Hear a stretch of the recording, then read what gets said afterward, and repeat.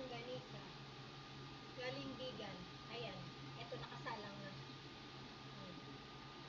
Sinalang ko na. Then, meron ako dito gagawin salad na eggplant. Ayan. Siyempre, kapag ganyan ang ulam, gusto ko may salad. Ito na yung aking mga ingredients.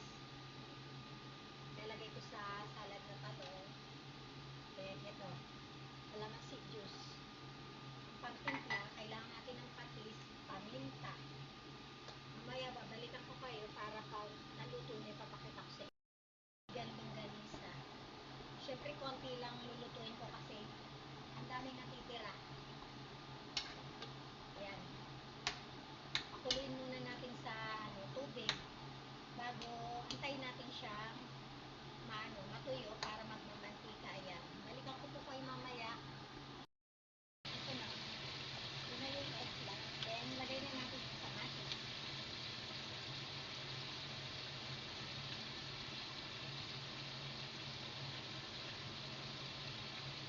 Sibuyas.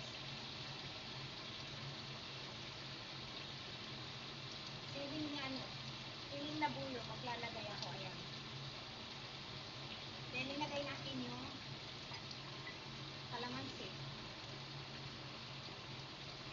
At lagyan natin ng patis. Timpla natin ng patis. Ayan.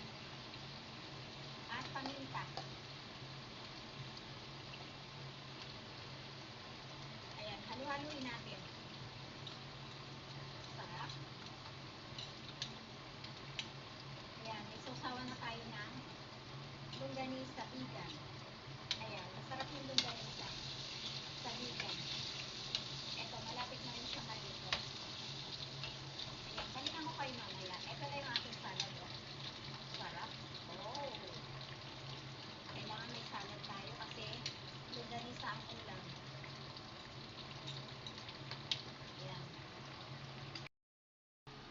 Ito na po. Luto na. Ilagay natin sa strainer para sa mantika. Ayan. Konti lang kasi dalawa lang kami dito. Ayoko ng maraming natitira. Ayan. Luto na po yung aking longganisa. Lagay muna natin sa strainer. Mamaya na natin kunin. At ito na yung aking salad. Para may gulay. Ayan.